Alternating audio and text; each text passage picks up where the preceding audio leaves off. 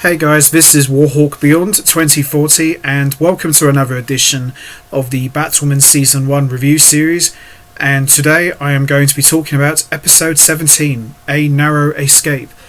This episode I thought was pretty good. It again is a continuation of what had happened in the two previous episodes, where we are seeing Kate Kane is dealing with the aftermath of having taken August Campbell's life. So we're more or less seeing a continuation of that. And as I said, I quite enjoyed this episode. I like the idea of Batwoman dealing with the idea of taking someone's life and showing remorse, because it's not some typical dick move where you kill someone, brush it under the carpet and move on. You actually see genuine remorse, and this was very, very good to see, and I really enjoyed this one a lot. So with that all said, let's not waste any time. Let's get right into it. Let's talk about episode 17, A Narrow Escape. So we see Kate Kane in full Batwoman costume is stopping a criminal from escaping with a bag full of jewels, and as she's running up a block of stairs, she accidentally knocks him out, thinking that she's killed him. And she begins to suffer a panic attack and remembering what had happened with August when she took his life. And I thought this was a very good scene and a really good way to kick off the episode.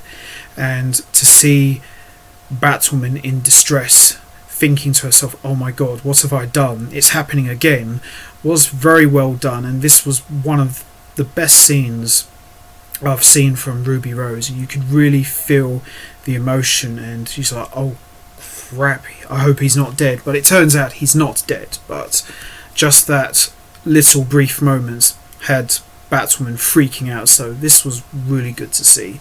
So after that, we see 1 week later, Officer Wilcox of the GCPD wakes up with a bomb strapped to his chest. He is given a tape recorder with instructions from a modulated voice from the detonator, who is a villain who hasn't been seen in 7 years, telling him that the only way to disarm his bomb is to activate another one somewhere else in Gotham City. He presses the button and ends up blowing up a bank in downtown Gotham City.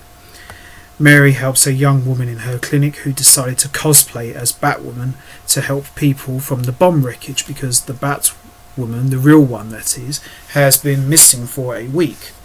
She asks if Mary knows where Batwoman could be, but Mary says she knows Batwoman wouldn't trust her. That's a little dig at Kate Kane not telling her the truth about her secret identity. We then see Julia Pennyworth visits Kate, who has been hiding out in her apartment for a week. Kate worries that she's going to end up killing someone again, but Julia tells her to get over it and start helping people again. The detonator watches news coverage of Reggie Harris's attorney talking about his murder a week before. Julia and Sophie continue to investigate Michael Fisher, the man who seems to be behind the Crow's cover-up. Julia suggests that the detonator could be involved. Strange name for a villain, but we'll roll with it. Kate returns to the Batcave, where Luke is using a punching bag to tell his emotions about what happened with Reggie Harris. Just want to point something out here regarding Luke Fox. I'm really hoping eventually, maybe season 2 or even season 3, depending on how many seasons the show goes up to, I really hope we do see him as Batwing, because it's kind of pointless just having him there and not doing anything. I know he's the gadget guy who provides all the gadgets and weapons for the suit and so forth, but it would be really cool to actually see Luke Fox suit up and become Batwing, because he done so in the comic books and he did so in the Batman Bad Blood animated movie, which also featured Batwoman. So I really hope that does happen, but we'll see really. Kate decides to get back into operating as Batwoman and asks Luke what he knows about the detonator. Luke pulls up Bruce Wayne's research at the same time as Jacob addresses the Crows about the detonator's history. They both determine that the detonator stamps a 214 on all of his bombs, which Kate realises matches the number on dishonourable discharge papers. This leads them to a suspect named George Adler, who was also dishonourably discharged.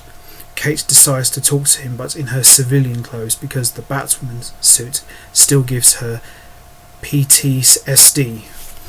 Kate visits Adler, who reveals that his dad, George Adler Sr., was actually the original detonator, but died 7 years ago. Just then, Harris's attorney wakes up with a bomb strapped to his chest. He calls the Crows for help, and they try to clear the area before the bomb goes off. Luke and Kate find out what's happening and realises that Mary's clinic is within the potential blast radius. Mary decides not to leave her clinic and the people within it who are immobile. The Batwoman cosplayer decides to stay with her and tries to help.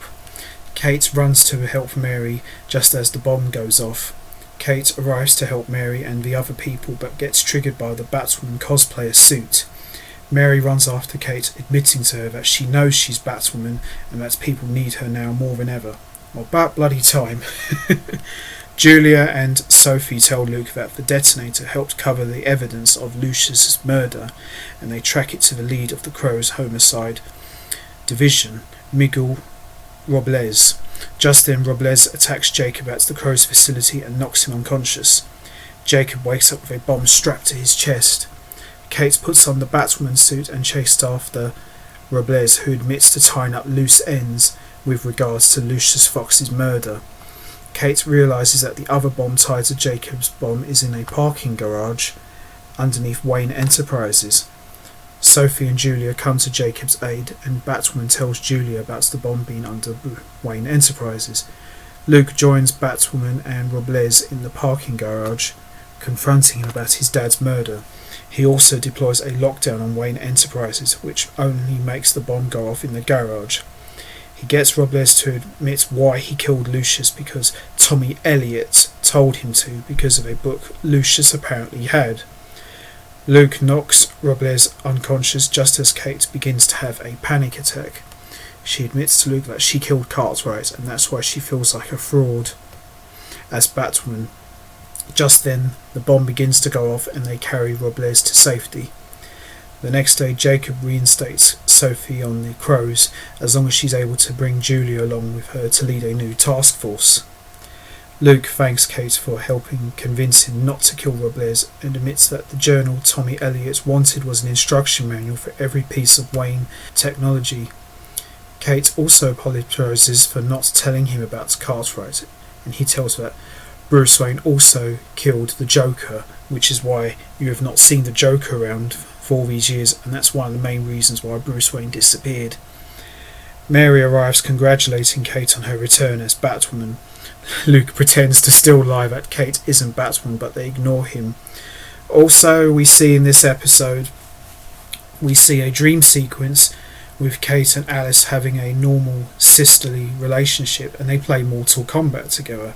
Now, even though this was a dream sequence, this was actually quite nice. I wouldn't say no to them doing an Elseworlds type of episode where we actually see them have a normal relationship. Alice begins to doubt if it's really happening and wakes up to being tortured in Gotham. We also see Mouse and Alice sit in a group therapy session in Arkham, which Mouse actually chooses to participate in. He argues to Alice that being in Arkham is a sanctuary where they can no longer be hunted or targeted, especially by Sapphire. Tommy Elliot joins the therapy session and begins ranting about how Bruce Wayne is going to save him. Magpie is also there. Later, Alice and Tommy cross paths in a hallway in Arkham, and she antagonises him about Bruce Wayne. In the fight that ensues, Alice steals a knife off Tommy's shoe and uses it to stab herself and get her sent to the doctor. Later, she shows Mouse her stitches and the knife that she stole from Tommy. Mouse stabs and kills the doctor at Arkham. Later, the doctor visits Alice, but it's clearly Mouse wearing his face. Ugh. Alice decides then that they should take over Gotham together. So it looks like what we're seeing here is Mouse, Tommy and Alice working together to try and get out of Arkham. So this could be interesting. This could be an interesting team of villains. And also, I'm really happy that Mary finally knows the truth about Batwoman, and now she possibly could be joining the team of Kate and Luke. So overall, very good episode.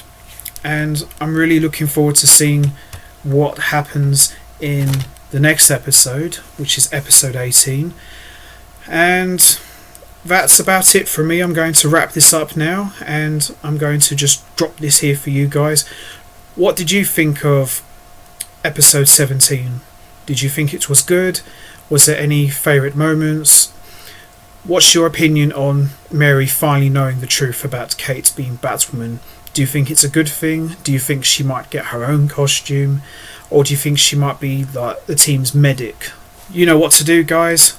Hit the like button, hit the subscribe button, leave your thoughts and comments down below, and I will be back next time for another edition of the Season 1 review series, where I'll be talking about episode 18. So until next time, take care everybody, and stay safe, and bye for now.